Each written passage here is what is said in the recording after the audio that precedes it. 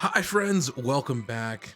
I am DJ Montague, and today we are going over all of the powers in SUPERVIVE currently, tell you what they do, and give you some helpful tips on how to use them. Let's get right into it. This is probably gonna be a pretty long one, but I'll have timestamps below for everything.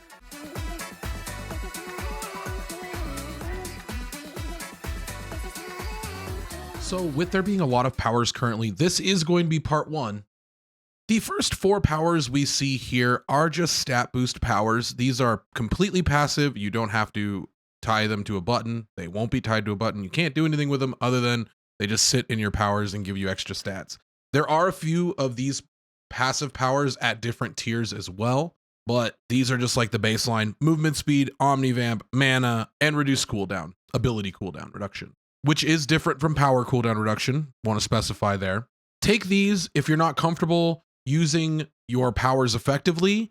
If you still need practice working on, actually hitting those buttons and remembering, hey, I have this particular power, it would have been really good to press there. That has happened to me, and it happens to other top players. I know for a fact.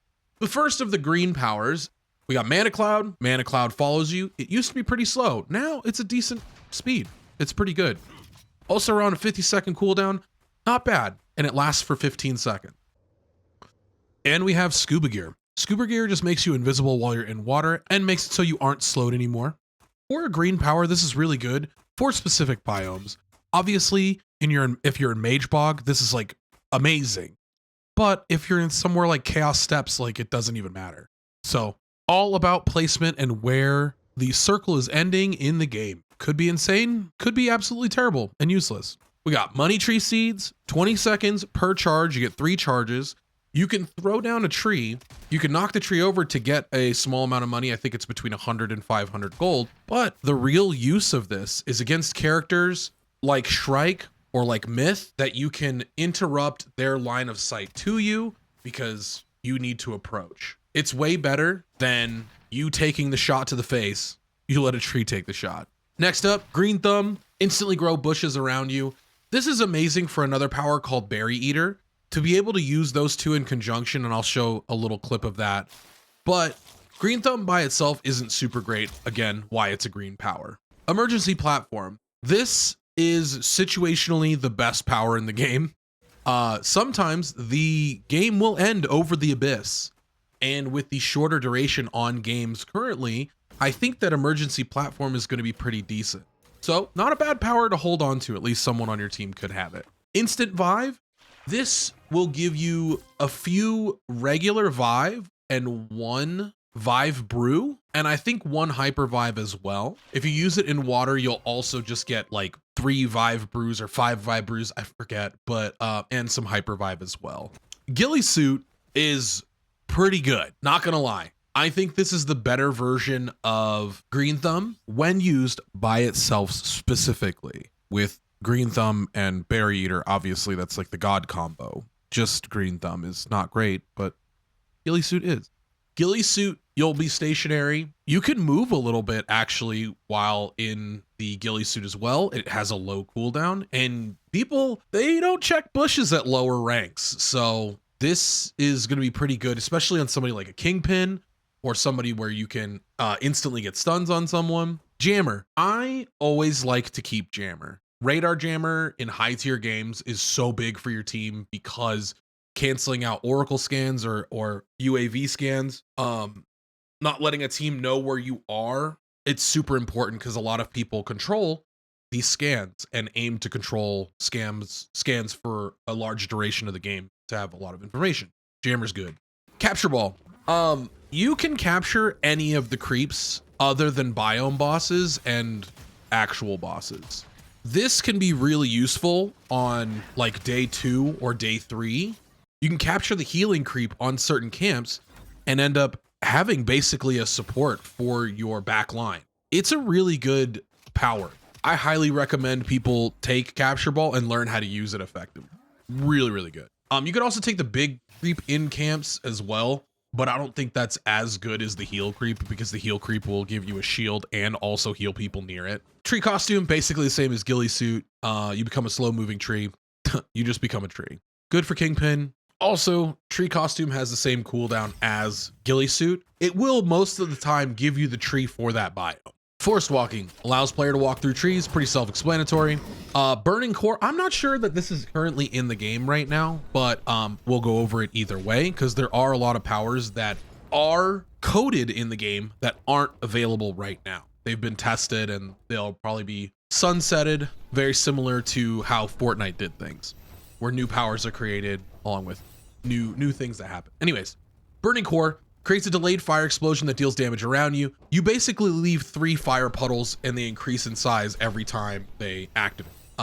It's okay, not all that great. There's not really a point in many characters having burning core. And next up we have throwing axe. Now, throwing axe also is one of those powers that might not be in currently, but I'd like to go over it anyway. Falling trees, damage, and stun enemies on the other side.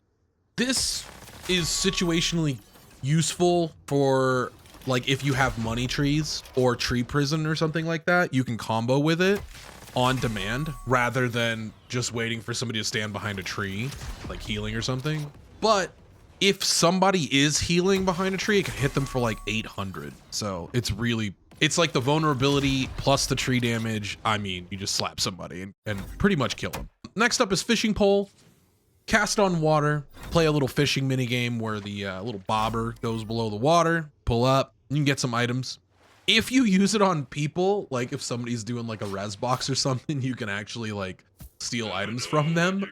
It's the items in your backpack, not like your actual items. So next up we have Friend of the Forest, which is just getting mana near trees. It's a decent amount of mana too, so not to be slept on for characters that are pretty mana hungry. Might as well. You're going to be near trees anyway, usually. All right, let's get to the blue skills. We have Rally. This skill is, again, pretty self-explanatory. Just boosts move speed, removes slowed, and grants hazard immunity for nearby allies. Now, what they mean by hazard immunity, this means slowing you in water as well. So if you are playing in Mage Bog, Hollows, that area, Chaos Steps, prime example. All right. And one of my favorites, Raven Spy. Pressed to deploy a Raven Spy. I just noticed that typo. And Raven Spy, nailed it. Providing vision. Vision is very hard to come by in this game. Also, you can hold this button to command all the ravens to attack nearby targets. This says nearby targets. This will go really far. Like, full like 2 screens over at some time. They can be placed on the top of trees, which they have to kill the tree to kill the Raven Spy. If you put it on the ground, I don't think you can even kill it. But it's really, really good. And I've seen some pretty crazy situations where people throw Raven Spies to try and chase down a target over the abyss because they will chase down the target to the end of their range. And people don't think that they're about to get hit by Raven Spy because they're looking for other shots from like a Jewel or maybe an Oath Hammer or something like that. And they pull out their glider and get spiked by Raven Spy. It's hilarious. And it's happened in high tier play too. Iron Fist. This basically gives you Bishop Punch. Wind up, punch everything in front of you, punch an enemy in a wall and stun them. You can punch trees, you can punch people, you can punch wisps. I'm pretty sure you can punch wisps. Actually, you know what? Don't quote me on that. You might be able to punch wisps. And it's got a low cooldown, 15 seconds. Remote laser. Highly underrated, especially going into the final zones. Being able to cut off points of access for other teams or force them to walk and jump over specific lasers, can jump over the laser. But you, as the person that put down the laser, can also pick up the laser. You can also turn it off, but just know you can pick it up and move slowly and redirect it, place it back on the ground. It will also hit your teammates. The laser does not care. So whatever's in front of it gets lasered. You could also put this on vault doors to help you open vaults faster because it will do all the damage that it normally does to a person to a vault door. Touch a mana, self-explanatory. Touch an ally, restore mana for both of you. This is good if you are playing something like a Kingpin or a Brawl that spams abilities a lot of the time and has some sort of mana issues. You will often touch your teammates on accident. So why not be able to just give them mana? Delicate mana barrier, good for post-fight mana regen or mana regen when you're trying to get away from a fight and heal. and you actually get to full life and just keep running, because you'll be able to run almost indefinitely because of the mana regen, whereas the people chasing you probably won't have delicate mana battering. There's not a whole lot of places that this is a good power to take. Regenerative Armor. This is a passive that if you are bad at using powers, and honestly, I am. Like, I often forget that I have powers. Don't think that top players don't forget. But regenerate armor, durability, if you haven't taken damage recently, post fights, helping you get your gold armor back, blue armor without costing you money. It's great. And you don't have to do anything. You just sit there and be pretty. You're so pretty. Bloodstone. I've said in another video that I think Bloodstone actually becomes pretty good in the meta going forward because of a very specific weapon in Vamp Blade called the Last Stand that will give you increased regen below 40%. If Bloodstone puts you below 40%, and then also you get the 400 shield, and then you get like 6 seconds of 50% increased Omnivamp, along with the Omnivamp from Bloodstone, oh man, you actually just start like chunking your HP upward. I think it'll be a lot better than it has been in the past. Touch of Speed, very similar to, like I said, with Touch of Mana. It's a passive. You're probably going to touch your teammates in team fights, so might as well. Delicate Barrier, this one is pretty good. At full health, take reduced damage.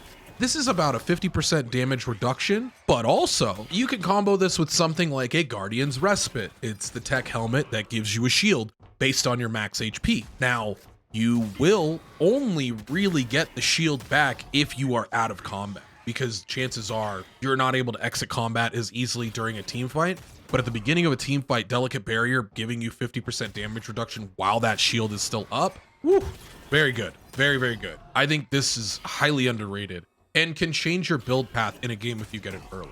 Mortar was recently nerfed.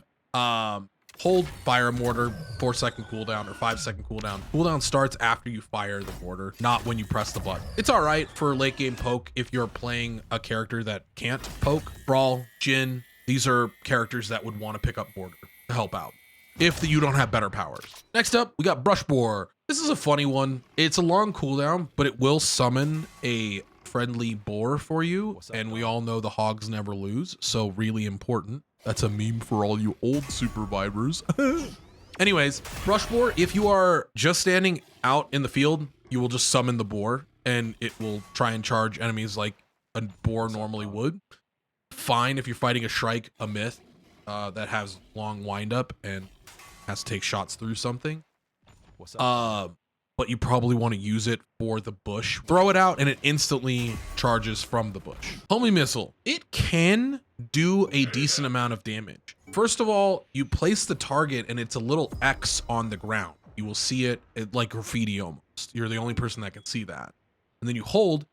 You can actually shoot the missile in a different direction and it will fly to that direction. To give you an example, say you're not trying to show the people that you're actually firing the missile that you are firing at.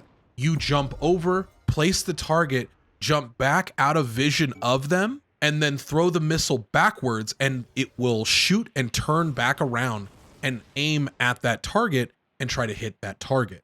This is good because there is a lot of windup to go to max speed on the homie Missile. That becomes much more sneaky.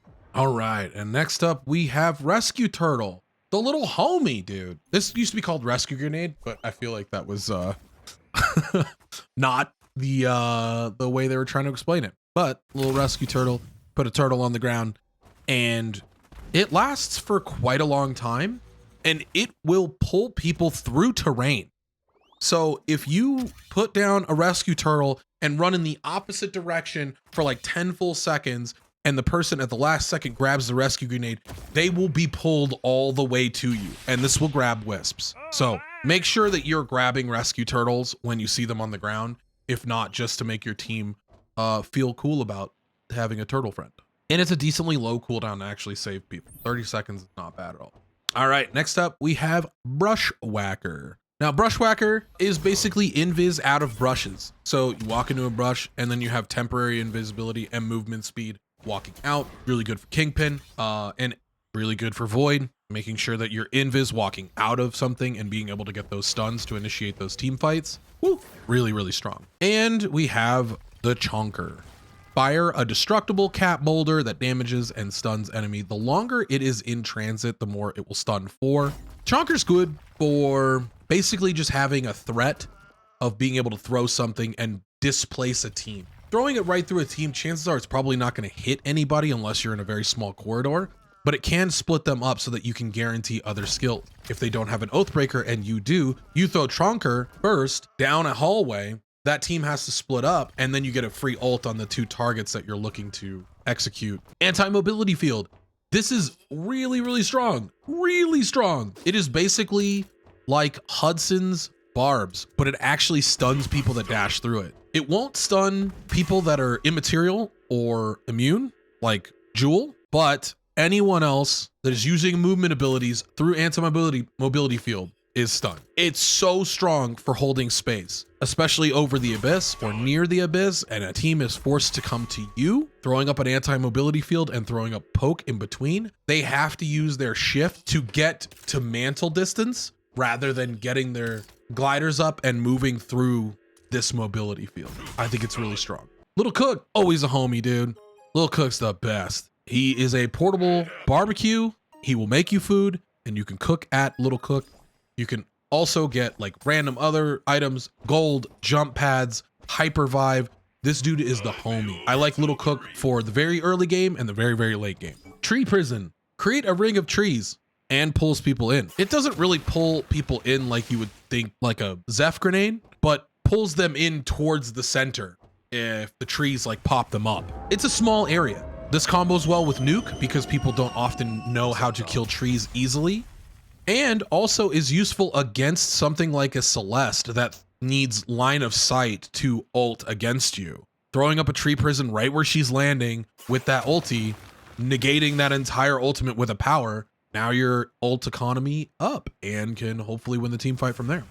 All right, friends, thank you guys so much for checking this video out. We're going to have part 2 in the next one where we go through all the purple powers and all the red powers. So check that one out. I'll have a link up here, and make sure you like, comment, subscribe, and also follow me on Twitch, twitch.tv/DJ Montague. I'll be streaming a bunch of SUPERVIVE, and I appreciate you being here. You have a wonderful evening. I'll see you in the next one. Oh. Dog, not even, you're kidding me. No!